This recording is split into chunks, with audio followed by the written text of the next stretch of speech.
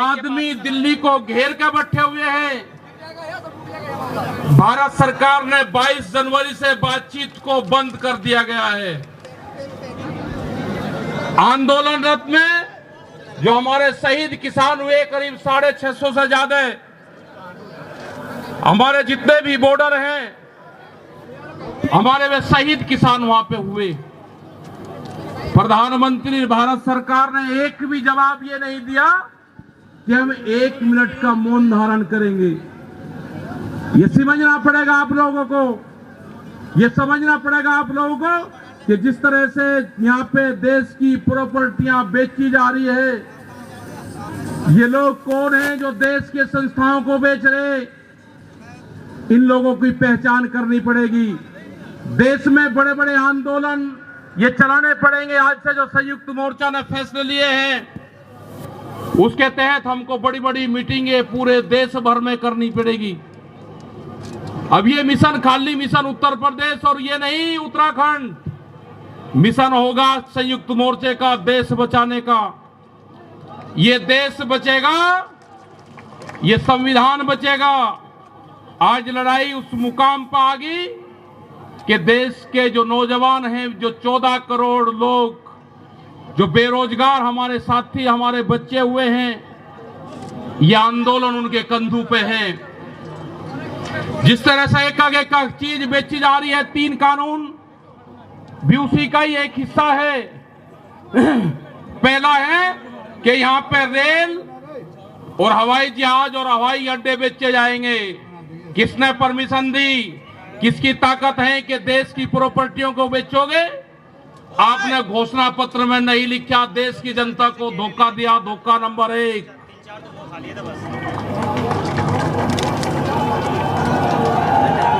धोखा नंबर 2, धोखा नंबर 2, बिजली बेचेंगे, प्राइवेट करेंगे बिजली को। ये धोखा नंबर 2 कहीं घोषणा पत्र में नहीं लिखा। जब वोट मांगी नहीं कहा कि बिजली भी बेचेंगे। क्या लाई थी? ये सड़क बेचेंगे, पूरी सड़कों पर टैक्स लगेगा और एनएच के आसपास 500 मीटर तक अपनी कोई चाय की दुकान और गुमटी भी नहीं लगा सकता। अगर किसी ने चाय का खोखा रखा तो वह जमीन उसकी गांव समाज में निहित होगी। ये सड़कों को बेचने का काम करेंगे। ये देख लेना क्या क्या चीज बिक्री है। ये सेल फॉर इंडिया का बोर्ड देश में लग चुका है।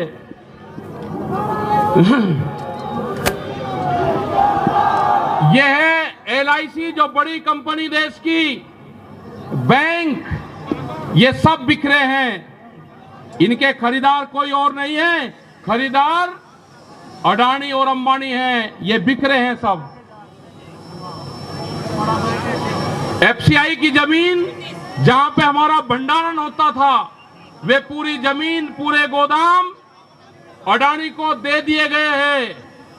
पूरी एफसीआई के जो गोदाम हैं अडानी के कब्जे में हैं।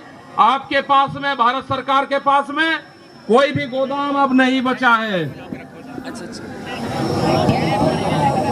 देश के बंदरगाह, पूरा जो समुद्र के तट थे 100 किलोमीटर तक एक कंपनी को बेच दिए। वे बंदरगाह भी बिक गए। ये भी आपको जानकारी होनी चाहिए। वहां पे जो मछली पालन किसान हमारा था, जो नमक का किसान हमारा था, सब खत्म हो गए। बड़े बड़े बंदरगाह वहां पे बिक चुके हैं।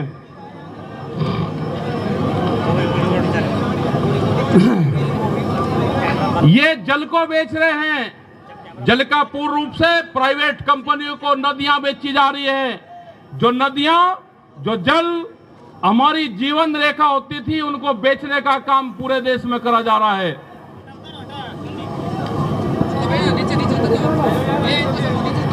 ये इंडिया ऑनलाइन सेल, मतलब कोई भी कीमत किसी भी चीज की लगा सकता है। भारत बिकाऊ है, ये भारत सरकार की पॉलिसी है।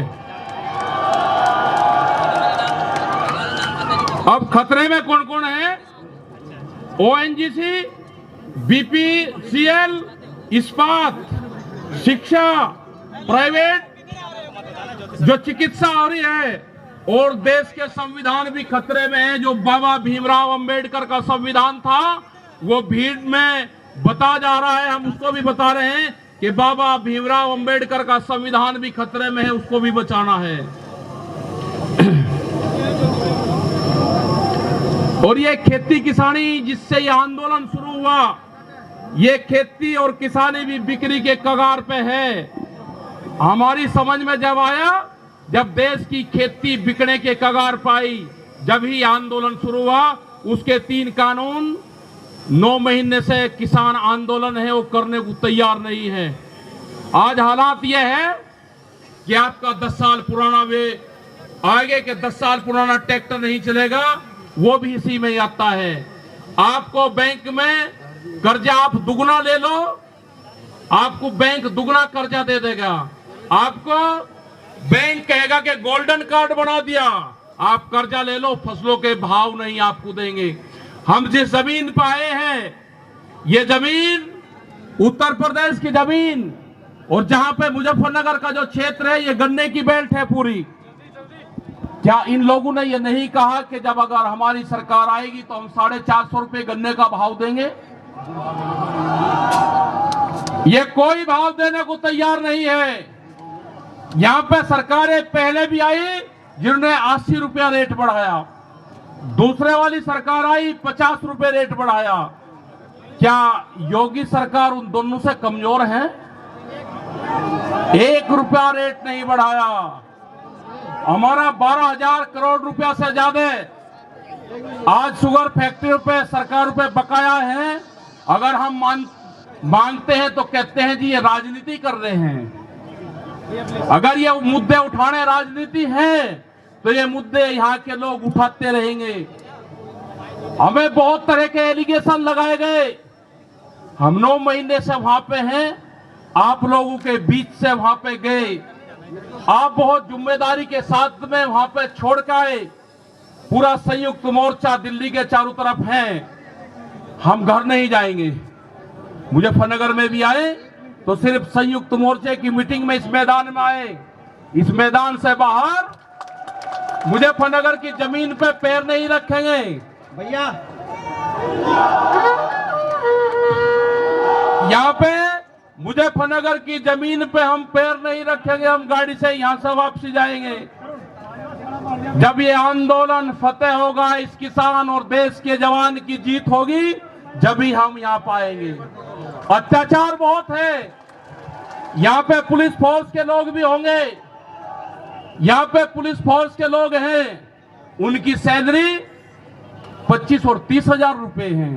ड्यूटी वे 24 घंटे देंगे। मास्टर जो प्राइमरी का टीचर है उससे आधी सैलरी उनकी होगी। वे आवाज नहीं उठा सकते, उनकी आवाज को दबाया जाता है। उनका जो क्वार्टर है वो 500-600 फीट में है।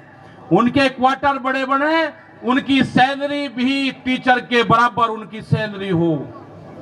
वे ड्यूटी देते हैं 24 घंटे। जितने भी सरकारी कर्मचारी हैं उनकी पेंशन खत्म करोगे। एमपी एमएलए की पेंशन लोगे 2-2, 3-3। कर्मचारियों की पेंशन खत्म करोगे। आप देश में प्राइवेटाइजेशन करोगे तो रोजगार खत्म होंगे। हमारी समझ में एक बात नहीं आई, जो बड़ी बड़ी कंपनी 67,000 और 1 लाख करोड़ रुपया सरकार का लेकर भाग जाती है, उन्हीं को ही फिर बड़ी बड़ी संस्थाएं बेच रहे हैं। वो पैसा कहां जा रहा है? अगर पूरे हमारे संस्थाओं के रेलवे बिक्री है, रेल के 4.5 लाख कर्मचारी बेरोजगार होंगे। मैंने जो सफाई कर्मचारी है उनसे बातचीत करी, रेलवे के या किसी भी नगर पालिका के हो, 5 और 6 हजार रुपए में वे सफाई कर्मचारी वाल्मीकि समाज के लोग नौकरी करेंगे यहाँ पे। अगर ठेका पड़ता होगी तो रोजगार जाएंगे। अगर प्राइवेट कंपनी के हाथ में ये कंपनी आ जाएगी, जिस तरह से रेलवे गई, 4.5 लाख कर्मचारी बेरोजगार होंगे। जो रेहड़ी पटरी के लोग अपना रोजगार चलाते थे, वे 4.5 करोड़ लोग हैं, वे बेरोजगार होंगे। बड़ी बड़ी अमेज़न जैसी कंपनी आ रही है जो इस देश में व्यापार करेंगी, इस देश में मॉल खुलेंगे। वे हमारे मजदूर भाई कहां जाएंगे? ये उनकी भी लड़ाई है। ये लड़ाई जितनी भी संस्थाएं बिक रही है उसकी लड़ाई है। और आपने आगे की और हम बात बता देना चाहते हैं। ये लड़ाई शुरू हुई 3 काले कानून से, ये लड़ाई शुरू हुई एमएसपी पे गारंटी कानून से। हमने एक ही जिले का एक डाटा भारत सरकार को दिया, यहां उत्तर प्रदेश के अधिकारियों को दिया, यहां के मुख्यमंत्री को दिया। रामपुर जिले में जो मंसूरी धान की खरीद होती है वो बिहार में पैदा होता है, उसको बेच रहा है यहां पे। वो पंजाब जाता है, हरियाणा जाता है। बड़े व्यापारी का धान फसलें एमएसपी पे बिकती है, किसान की 10 से और 15% बिकती है। ये आपको समझना होगा। पूर्ण रूप से फसलों के दाम नहीं तो वोट नहीं, ये नारा लगाना पड़ेगा। फसलों के दाम नहीं तो वोट नहीं। जब तक इस सरकारों को वोट की चोट नहीं दोगे, ये दोनों बाहरी लोग हैं, इनको यहां से जाना होगा। अमित शाह, मोदी और योगी ये चुनाव जीत का है, ये उत्तराखंड से चुनाव जीत के प्रधानमंत्री बने, कोई ऐतराज नहीं। उत्तर प्रदेश की जमीन से जीत के गुजरात में गुंडागर्दी के दम पे आना हो, वहां पे पुलिस स्टेट है, वहां पे जीत के देश का प्रधानमंत्री बने, कोई ऐतराज नहीं है। लेकिन उत्तर प्रदेश की जमीन पे ये दंगा करवाने वाले लोग हैं, इनको यहां पे बर्दाश्त यहां की जनता नहीं करेगी। ये मिशन जो संयुक्त मोर्चे का है ये तय हो चुका है। और हम वो 28 तारीख की याद आप सबको याद होगी, वो 28 तारीख की याद भी याद कर लेना। वहां पे ना मुसलमान बचना था और ना सरदार भाई बचना था और ना देश का किसानी झंडा बचना था। उस रात को देश में आंदोलन का कत्लेआम होता, उसके बाद में देश में कोई आंदोलन नहीं हो सकता था। वे 148 लोग वहां पे थे और 8000 की पुलिस और गुंडे के तत्व पे वहां पे कब्जा करने की नियत थी।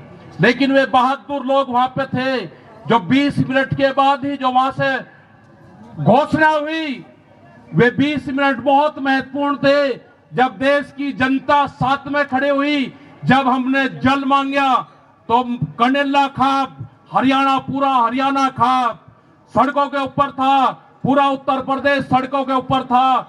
ये इस तरह का तोड़ने का काम करेंगे, हम जोड़ने का काम करेंगे। ये सरकारें आपसे फिर वादा लेकर जाते हैं कि वहां पे अगर हमारी कब्रगाह वहां पे बनेगी, हम मोर्चा नहीं छोड़ देंगे। अगर हमको शहीद होना पड़ेगा तो हम मोर्चे पर होएंगे, या तो जीत का आएंगे, बगैर जीते नहीं आएंगे वापसी। ये